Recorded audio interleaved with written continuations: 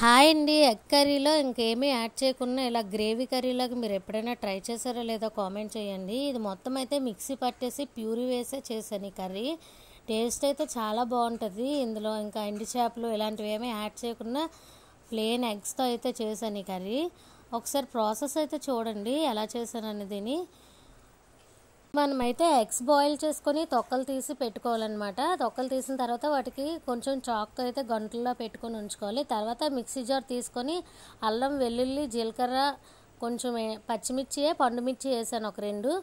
తర్వాత ఆనియన్స్ ఒక 2, టమాటాలు అయితే ఒక 10 అలా వేసాను అనమాట. ఇవన్నీ ముక్కలు కట్ చేసి అయితే మిక్సీ జార్లో వేసి మెత్తగా పేస్ట్ అయితే చేసుకోవాలి.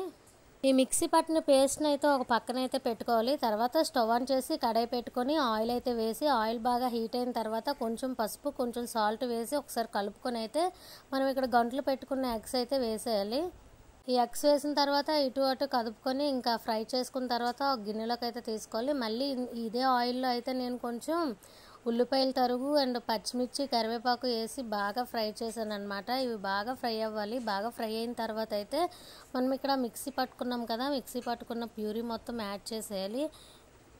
ఈ మిక్సీ పట్టుకున్న ప్యూరీ మొత్తం బాగా మగ్గాలన్నమాట. ఇంకా అదంతా పచ్చి వాసన ఉంటుంది కదా, ఇంకా పచ్చి వాసన అంతా పోయేటట్టు బాగా ఈ ఆయిల్లో మగ్గించాలి టమాటా ప్యూరీని. ఒకసారి కలుపుకొని అయితే కొంచెం సాల్ట్ వేసుకొని మూత పెట్టేసుకోవాలి. ఇంకా మూత పెట్టుకొని ఒక 15 మినిట్స్ మీడియం ఫ్లేమ్లో అయితే మగ్గిస్తే మనకి టమాటా ప్యూరీ అయితే దగ్గరగా అవుతుంది. ఇంకా తర్వాత ఒకసారి మూత ఓపెన్ చేసుకొని అయితే కారము 1.5 స్పూన్ కారం అయితే వేసాను. మళ్ళీ కొంచెం ఉప్పు సరిపోదని చెప్పి మళ్ళీ సాల్ట్ కొంచెం యాడ్ చేసుకొని బాగా కలుపుకొని మళ్ళీ మూత అయితే పెట్టుకున్నాను. ఇంకా మనకి టమాటా అయితే మగ్గలేదు అన్నమాట. ఆ మూత పెట్టుకొని బాగా ఉడికించిన తర్వాత టమాటా ప్యూరీ పైనుంచి ఆయిల్ పైకి తేలేంత వరకు ఉడికించుకోవాలి. అలాగైతేనే మనకు టమాటా బాగా కుక్ అయినట్టు. ఈ ఆయిల్ పైకి తేలిన తర్వాత అయితే మనం ఇక్కడ ఫ్రై చేసుకున్న ఎగ్స్ ఉంటాయి కదా, ఆ ఎగ్స్ అయితే వేసేసి కొంచెం వాటర్ అయితే యాడ్ చేసుకొని బాగా ఉడికించాలి. తర్వాత మళ్ళీ ఒకసారి అయితే మూత పెట్టుకొని ఇంకా ఒక 10 మినిట్స్ బాగా బాయిల్ చేయాలన్నమాట కర్రీని. ఇంకా ఈ ఎగ్స్లోకి అయితే మసాలా అంతా, ఈ గ్రేవీ అంతా వెళ్ళి ఎగ్స్ అయితే జ్యూసీగా అవుతాయి. తర్వాత ఇంకా మళ్ళీ మూత పెట్టుకొని ఒకసారి ఓపెన్ చేసి చూస్తే మనకి ఇంకా ఎగ్ కర్రీ మ్యాక్సిమం రెడీ అయిపోయినట్లే.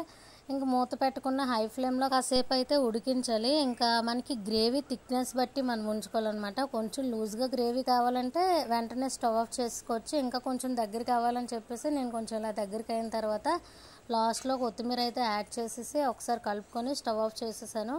మనకి ఇంకా ఎగ్ కర్రీ అయితే రెడీ అయిపోయినట్టు. ఒకసారి ఈ ప్రాసెస్లో ట్రై చేయండి. టేస్ట్ అయితే చాలా బాగా వచ్చింది. వీడియో నచ్చితే మన ఛానల్ని లైక్ చేసి సబ్స్క్రైబ్ చేసుకోండి. Bye Bye bye. See you, Tata.